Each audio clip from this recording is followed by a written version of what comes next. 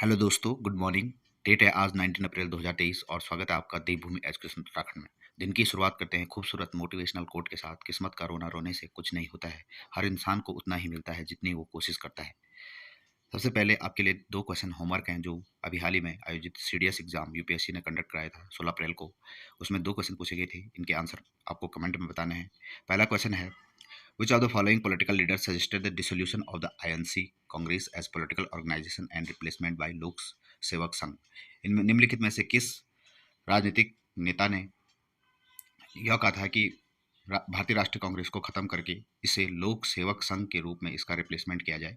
आपको comment option दिए गए हैं, कमेंट में इसका आंसर बताना है। दूसरा क्वेश्चन है, which of the following venue of the UN 2023 water conference, जो 2023 में संयुक्त राष्ट्र संघ का वाटर कॉन्फ्रेंस होगी, ये कहाँ पे आयोजित होगी? आपको कमेंट में इसका आंसर बताना है। कल इनके उत्तर आपको दिए जाएंगे। शुरुआत करते हैं उत्तराखंड रीजनल करंट अफेयर और उत्तराखंड करंट अफेयर की न्यूज़ के साथ। पहली अपडेट है, उत्तराखंड के प्रणव रावल ने यूपीएससी एनडीए की परीक्षा में हासिल की 21वीं रैंक। तो ये आपके लिए काफ़ी मोटिवेशनल है, कॉन्ग्रेचुलेशन। फर्स्ट न्यूज़ है, रुद्रप्रयाग जिले का पहला इको पार्क बनकर तैयार। प्रतिदिन 300 से 400 बच्चे बड़े व बुजुर्ग कर रहे हैं सैर। केदारनाथ बाईपास पर जवाड़ी गांव के समीप जिले का पहला इको पार्क बनकर तैयार हो गया है। 80 मीटर लंबे और 55 मीटर चौड़े इस पार्क में बच्चे बड़े बुजुर्ग सैर कर सकते हैं। कार्यदायी संस्था द्वारा जल्द पार्क को पर्यटन विभाग को हैंड ओवर कर दिया जाएगा।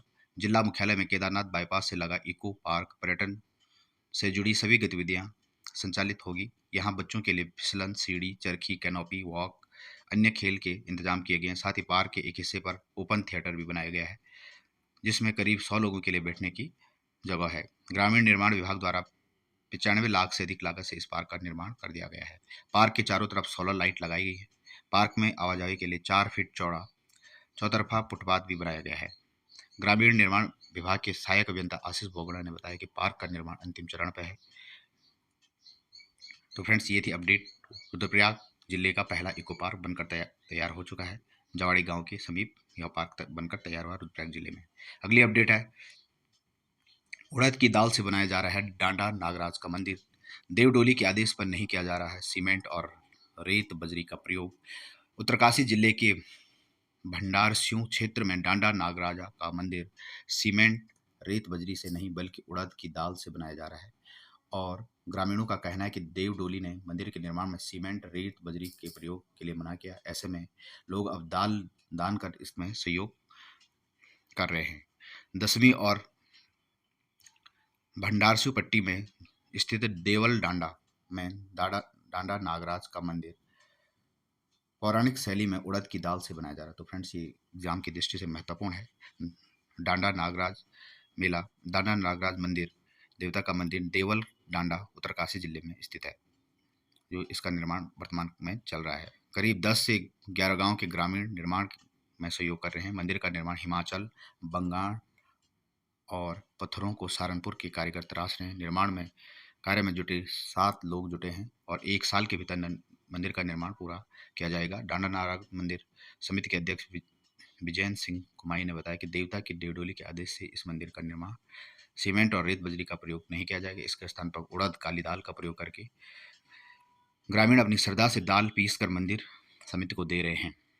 नेक्स्ट अपडेट है, मई जून माह में प्रस्तावित G20 की बैठकों की तैयारियों को लेकर वन व तकनीकी शिक्षा मंत्री सुबोध उनियाल ने अधिकारियों की बैठक ली। कहा कि G20 के अंतर्गत लंबे समय तक चलने वाले कार्यों की में गुणवत्ता का विशेष ध्यान रखते हुए निर्धारित समय में सीमा को के अंतर्गत पूरा करें। कहा कि जिले में आयोजित होने वाली G20 बैठकों के जरिए हम प्रदेश ही नहीं देश का प्रतिनिधित्व करेंगे, इसलिए सभी तैयारियां सुनियोजित तरीके से पूर्ण कर ली जाए। देश दुनिया को अच्छा संदेश जाएगा।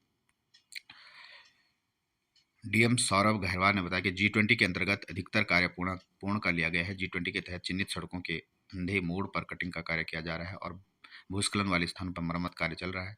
मुनिकी रेती में जानकी सेतु पार्किंग के लिए कार्य किए जा रहे हैं। तो मई जून में जो उत्तराखंड में G20 की बैठक प्रस्तावित है, इससे लेकर तैयारियां वन मंत्री ने अधिकारियों के लिए बैठक। नेक्स्ट अपडेट है, 3 साल में बनेगा ऋषिकेश नीलकंठ महादेव रोपवे। ऋषिकेश से नीलकंठ महादेव के लिए प्रस्तावित रोपवे का निर्माण प्रोजेक्ट की सभी बाधाएं पूर्ण हो गई हैं। कैबिनेट की बैठक में ऋषिकेश नीलकंठ रोपवे की डीपीआर को मंजूरी मिल गई है। मेट्रो रेल कॉरपोरेशन इस सप्ताह रोपवे के निर्माण के लिए टेंडर आमंत्रित करेगा और 450 करोड़ रुपए की लागत से रोपवे प्रोजेक्ट को 3 साल में पूरा कर लिया जाएगा। गौरतलब है कि ऋषिकेश से नीलकंठ महादेव तक जाने में यातायात का भारी दबाव समस्या बना हुआ है। इस समस्या के निस्तारण के लिए Uttarakhand metro rail urban infrastructure and building construction corporation limited ने ऋषिकेश नीलकंठ महादेव रोपवे का निर्माण प्रस्ताव तैयार किया है। फिजिबिलिटी सर्वे कराने के बाद डीपीआर को मंजूरी मिलने के कैबिनेट को भेजा गया। मंगलवार को कैबिनेट की बैठक में ऋषिकेश नीलकंठ महादेव रोपवे प्रोजेक्ट की डीपीआर को मंजूरी प्राप्त हो गई है। प्रति घंटे सफर करेंगे 2000 लोग। मेट्रो रेल कॉरपोरेशन के एमडी जितेंद्र त्यागी ने कहा कि रोपवे से प्रति घंटे 2000 लोग सफर कर सकेंगे, लेकिन यह क्षमता 2031 तक प्राप्त हो सकेगी। अभी 3 साल बाद प्रोजेक्ट पूरा होने पर 1500 यात्री प्रति घंटे सफर करेंगे। राजाजी नेशनल पार्क से गुजरेगी रोपवे राजाजी नेशनल पार्क से गुजरेगी। इसके लिए मेट्रो रेल कॉरपोरेशन की वन क्षेत्र अधिकारी से वार्ता हो चुकी है। इसमें कोई बाधा नहीं आएगी। रोपवे में 2 स्टेशन होंगे। यूकेएमआरसी की ओर से बनाए गए डीपीआर के अनुसार रोपवे की कुल दूरी 6 किलोमीटर होगी और इसके बीच 2 पड़ाव होंगे, एक आईएसबीटी और दूसरा त्रिवेणी घाट से सीधे नीलकंठ तक का सफर किया जाएगा। 400 करोड़ रुपए की लागत से पीपीपी मोड में ये रोपवे बनेगा। नेक्स्ट अपडेट है, विश्व मेले में ग्रामीणों ने भोले महाराज और माता मंगला का किया स्वागत। जखोल विश्व मेले में ग्रामीणों ने किया रासो नृत्य। सुदूरवर्ती मोरी ब्लॉक के जखोल गांव में विश्व मेले का आयोजन किया गया, जिसके लिए भारी भीड़ जुटी रही। मेले के अंतिम दिन हंस फाउंडेशन के संस्थापक भोले महाराज और मंगला माता जखोल गांव पहुंची और पौराणिक सोमेश्वर महादेव के जीर्णोद्धार का कार्य का शिलान्यास भी किया। जखोल में आयोजित सोमेश्वर देवता का पौराणिक विश्व मेला विधिवत रूप से संपन्न हो गया। मेले के अंतिम दिन हंस फाउंडेशन के संस्थापक भोले महाराज और माता मंगला मुख्य रूप से यहाँ पर मुख्य अतिथि में शामिल हुई। इस दौरान ग्रामीण ने उनका भव्य स्वागत किया। मंदिर समिति के सदस्य एडवोकेट किशन सिंह रावत ने कहा कि माता मंगला और भोले महाराज के आशीर्वाद से संचालित सेवा सम्मान की टीमों से विशाल भंडारे का आयोजन किया गया। तो फ्रेंड, जखोल में विश्व मेले का आयोजन उत्तरकाशी डिस्ट्रिक्ट में पुरोला में किया गया और इसमें जो नृत्य किया गया यह है रासो नृत्य। एग्जाम में पूछा जा सकता है। नेक्स्ट क्वेश्चन है, नेक्स्ट अपडेट है, पॉली हाउस योजना 1 लाख को मिलेगा रोजगार। प्रदेश में हजारों क्लस्टर आधारित छोटे पॉली हाउस लगाकर राज्य सरकार पलायन रोकने और 1 लाख किसानों को प्रत्यक्ष और परोक्ष रोजगार दिलाने की उम्मीद कर रही है। इस योजना के जरिए फूलों के उत्पादन में 25% बढ़ोतरी का अनुमान लगाया गया। साथ ही सब्जियों और फलों के उत्पादन में भी 15% की बढ़ोतरी की उम्मीद है। कैबिनेट ने इस योजना को मंजूरी दे दी। नाबार्ड ग्रामीण अवस्थाना विकास निधि से 100 वर्ग मीटर आकार की 17,648 पॉली हाउस लगाने के लिए 70% धनराशि देगा। इस योजना पर 304 करोड़ रुपए खर्च होंगे और मुख्य सचिव के मुताबिक किसानों को पॉली हाउस बनाने के लिए 20% धनराशि ही अपनी जेब से खर्च करनी होगी। 80% इसमें अनुदान सरकार देगी। तो ये थी पॉली हाउस योजना। एलटी प्रवक्ता के रिक्त पदों का ब्यौरा मांगा। सरकारी माध्यमिक स्कूलों में एलटी और प्रवक्ता कैडर में रिक्त पदों को भरने की तैयारी शुरू कर दी है। माध्यमिक शिक्षा निदेशक सीमा जौनसारी ने मंडलीय अपर निदेशकों से प्रवक्ता कैडर के अर्थशास्त्र, नागरिक शास्त्र, हिंदी, इतिहास, भूगोल और एलटी कैडर में गणित, विज्ञान और अंग्रेजी के पदों का ब्यौरा मांगा है। ऐसे पदों की जानकारी मांगी जिससे छात्र तो हैं लेकिन शिक्षक नहीं है। सीएम धामीन ने 3 गांव घोषित किए पर्यटन स्थल। नागथात बिरोड़, मुंगाथात, अणदाना, असाढ़थात गांवों को पर्यटन क्षेत्र घोषित किया गया। तो इंपॉर्टेंट करंट अफेयर का क्वेश्चन है फ्रेंड्स, इसमें क्वेश्चन बन सकता है। जौनपुर के नागथात गांव के नाग देवता मंदिर में आयोजित मूर्ति की प्राण प्रतिष्ठा कार्यक्रम में उन्होंने सरकार मेलों के संरक्षण और लोक संस्कृति को आगे बढ़ाने व देव और पौराणिक स्थलों का विकास कर उन्हें तीर्थाटन और पर्यटन के नक्शे पर स्थापित कर रही है। तो ये थे 3 जो गांव हैं, नागथात, बिरोड़ और मुंगाथात और असाढ़थात, 3 गांवों को पर्यटन क्षेत्र घोषित किया गया सीएम पुष्कर सिंह धामी द्वारा। विधानसभा अध्यक्ष रितु खंदूड़ी सीपीए बैठक में भाग लेने जिब्राल्टर रवाना। विधानसभा अध्यक्ष रितु खंदूड़ी राष्ट्रमंडल संसदीय संघ कॉमनवेल्थ पार्लियामेंट्री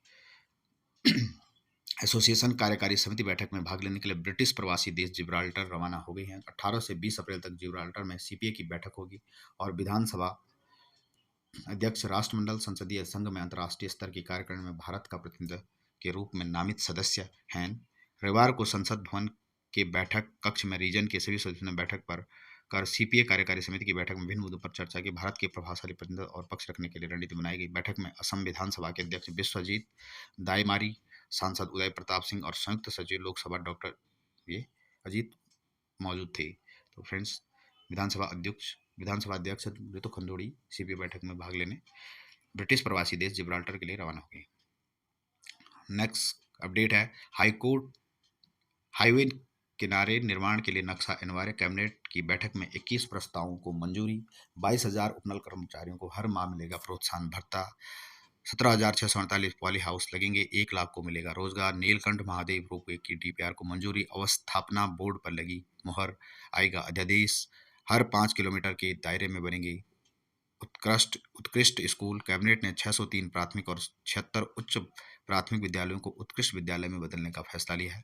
निगम व पालिका क्षेत्र में होम स्टे अनुदान नहीं। डीपीसी बैठक के लिए अब 1/3 कोरम के अभाव में बार बार स्थगित होने वाली जिला योजना समिति की बैठकें अब समय समय पर हो सकेंगी।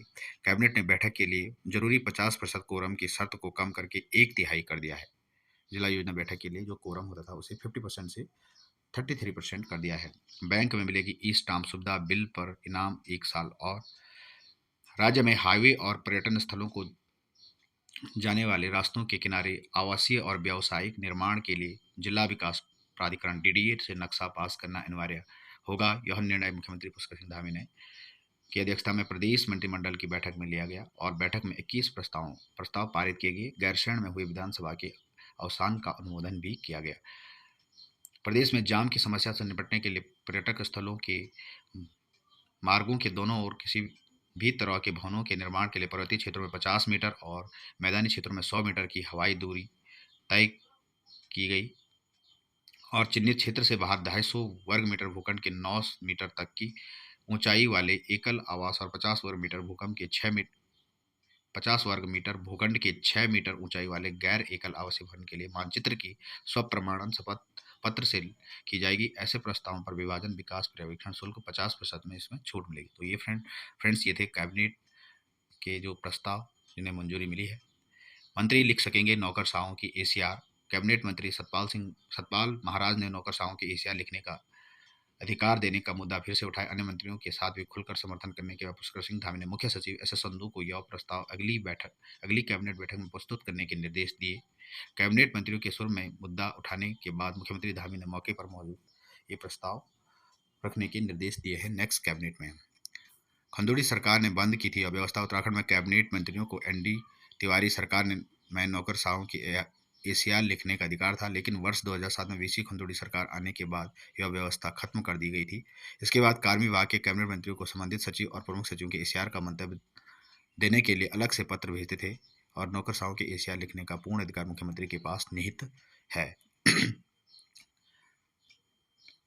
नेक्स्ट अपडेट है सहायक लेखाकार शोध अधिकारी के पद मंजूर। कैबिनेट ने लेखा परीक्षा निदेशालय में सहायक लेखाकार के 6 पद सृजित करने की मंजूरी दी। जिला पंचायत कार्यालयों में इसकी जरूरत महसूस हो रही है। इस संदर्भ में वित्त विभाग के प्रस्ताव को कैबिनेट ने मंजूरी दी। कैबिनेट ने सिंचाई विभाग के ढांचे में शोध अधिकारी के 12 जबकि सहायक शोध अधिकारी के 24 पदों को मंजूरी दी है। लोक सेवा आयोग में 30 अस्थायी पद मंजूर। लोक सेवा आयोग में भर्ती परीक्षाओं के दबाव और बैकलॉग को देखते हुए 30 अस्थायी पद मंजूर किए हैं। मुख्य सचिव डॉक्टर एस संधू ने बताया कि अगले 1 से 1.5 वर्ष में आयोग की प्रस्तावित सभी परीक्षाएं संपन्न होने की उम्मीद है। ऐसे में इन अस्थायी पदों की मंजूरी दी गई है। इन पर संविदा के आधार पर नियुक्ति की जाएगी। नेक्स्ट अपडेट है जिला शिक्षा अधिकारी प्रारंभिक शिक्षा रुद्रप्रयाग की तरफ से एक विज्ञप्ति जारी की गई है जो विशेष शिक्षा सहायक अध्यापक प्राथमिक विशेष शिक्षा पद हेतु चयन के लिए विज्ञापन 17 अप्रैल 2023 को प्रकाशित किया गया है, जिसमें अंतिम तिथि 17 मई 2023 है और सहायक अध्यापक विशेष शिक्षा के रिक्त पदों का विवरण निम्नवत है। 12 पोस्ट यहाँ पे हैं, एससी की 3, एसटी की 0, ओबीसी की 1, ईडब्ल्यूएस की 1 और अदर्स की 7 पोस्टें यहाँ पे हैं और लेवल 6 की ये पोस्ट है। इसमें विशेष शिक्षक से बीएड प्लस टीटी फर्स्ट इसमें होना चाहिए। शुरू करते हैं आज का जो इम्पोर्टेंट नेशनल करंट अफेयर के टॉपिक्स हैं। अग्निपथ स्कीम को हम यहाँ पे डिस्कस करेंगे और Agnipath scheme it is a short service manpower model under the which around 45,000 to 50,000 soldiers will be recruited annually. 25% will be allowed to continue for another 15 year under the permanent commission. Friends जो Agnipath scheme है इसमें इसके अंतर्गत हर साल 45,000 से 50,000 shoulders recruit किए जाएंगे और 25% इसमें से उनको 15 साल, अगले 15 साल के लिए परमानेंट कमीशन दिया जाएगा। इसका जो ऑब्जेक्टिव है, it is expected to bring down the average age profit of the Indian arm force by the 4 to 5 year. Average age profile of the Indian arm force by the 4 to 5 year. इसमें eligibility criteria है, it is only for personal below officer ranks aspirants between 17.5 years to 23 years. 17.5 साल से 23 साल के aspirants के लिए ये scheme है। और इसके बेनिफिट हैं, आर्म फोर्स में यंग की भर्ती करना और डिफेंस पेंशन बिल को रिड्यूस करना, फ्यूचर रेडी सोल्डर तैयार करना और एम्प्लॉयमेंट अपॉर्चुनिटी प्रोवाइड करना यूथ को। नेक्स्ट जो यहाँ पे एक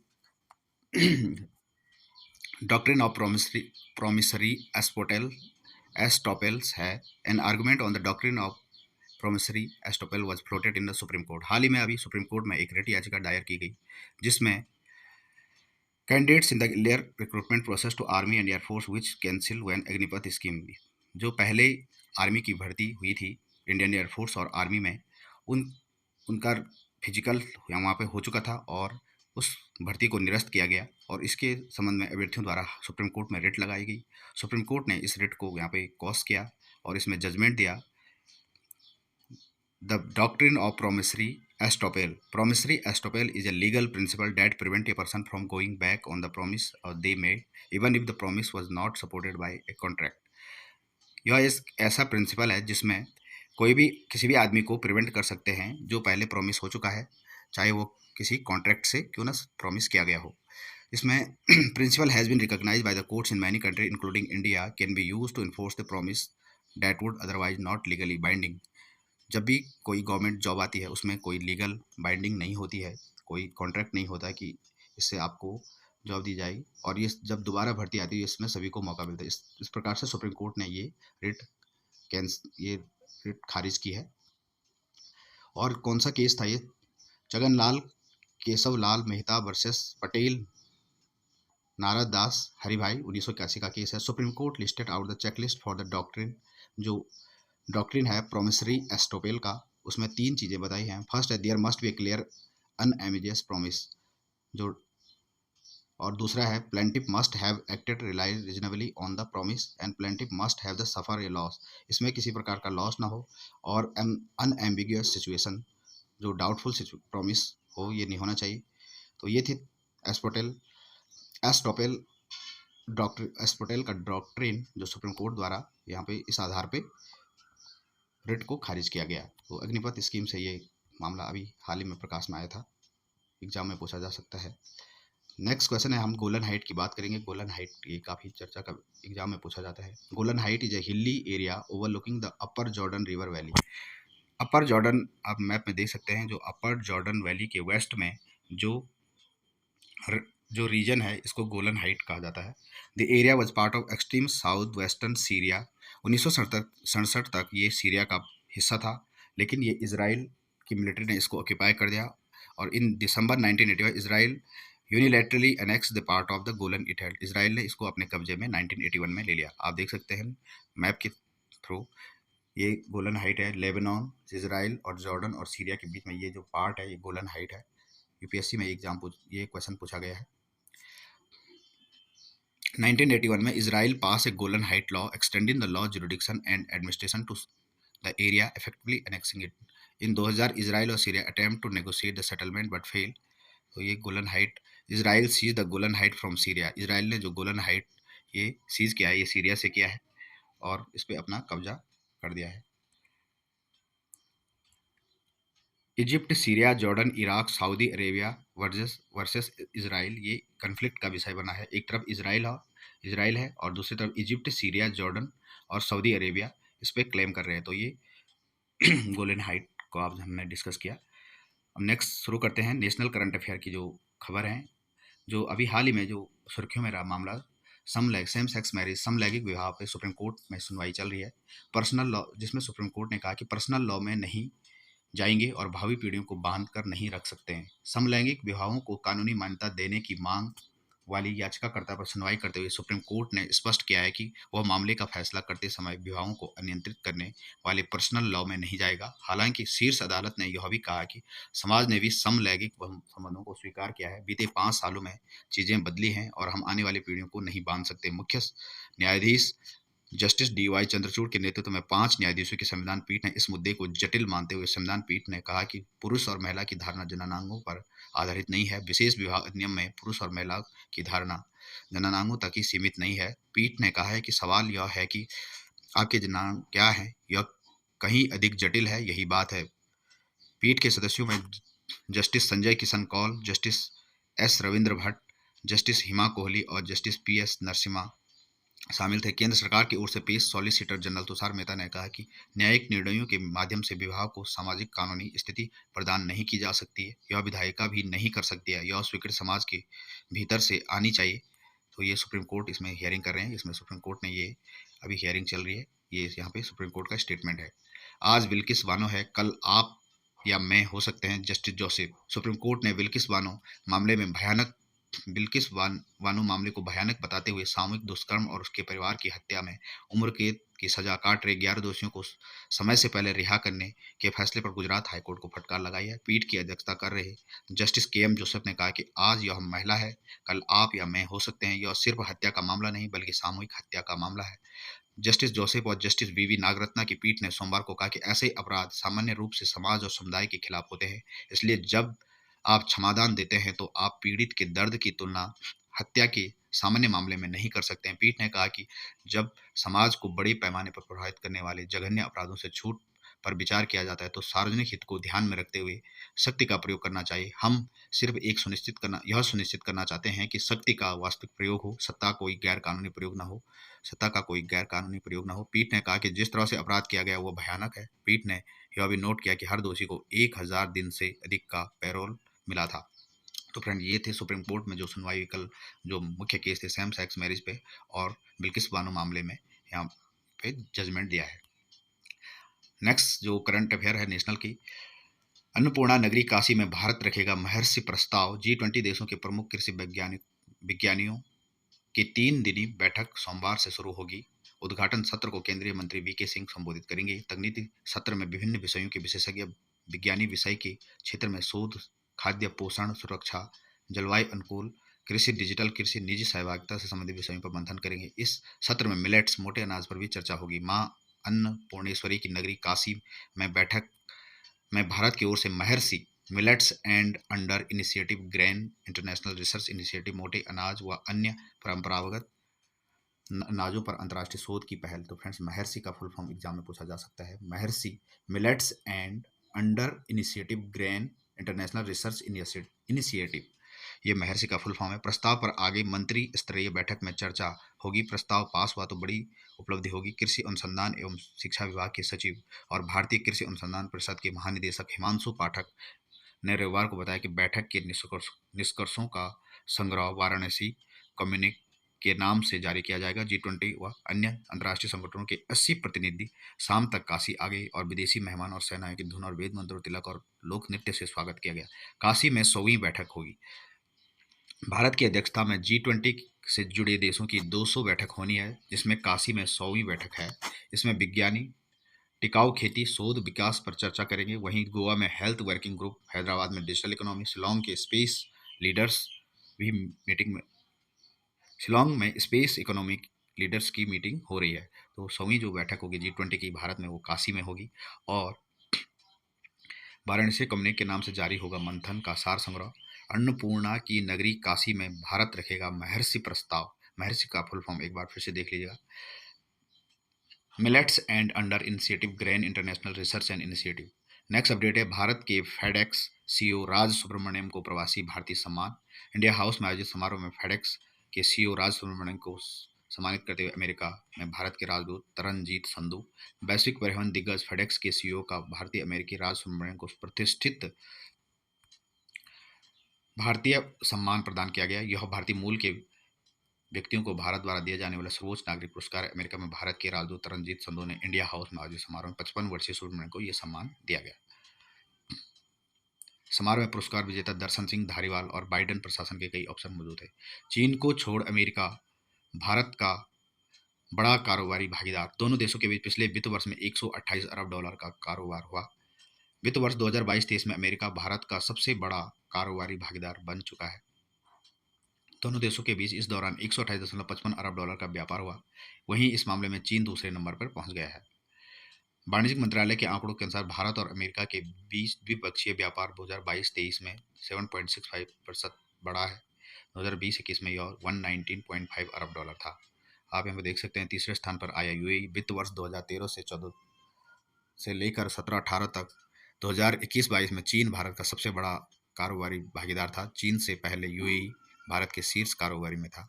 2022-23 में यूएई 76.16 अरब डॉलर के साथ तीसरे, 52.72 अरब डॉलर के साथ सऊदी अरब चौथे और 35.55 अरब डॉलर के साथ सिंगापुर पांचवां भारत का सबसे बड़ा भागीदार बना है कारोबार में। नेक्स्ट अपडेट है, तैराकी में शुभम ने रचा इतिहास। नवी मुंबई के तैराक शुभम धनंजय बनमाली ने दक्षिण अफ्रीका के केप टाउन में फॉल्स में 33 किलोमीटर का समुद्री अभियान पूरा किया। ऐसे करने वाले वह एशियाई तैराक है, पहले एशियाई तैराक है जिन्होंने नया इतिहास रचा है। तो शुभम धनंजय बनमाली दक्षिण अफ्रीका के केप टाउन में 33 किलोमीटर का समुद्री अभियान इन्होंने पूरा किया है। तो फ्रेंड्स, ये थी आज उत्तराखंड और नेशनल करंट अफेयर, और जो 2 क्वेश्चन मैंने शुरुआत में पूछे थे उनका आंसर आपको कमेंट में बताना है, और कल के वीडियो में उनके आंसर आपको बता दिया है कि आपके लिए होमवर्क है। Thanks for watching video. जल्द मिलते हैं नए वीडियो में, तब तक के लिए नमस्कार, गुड बाय, टेक केयर।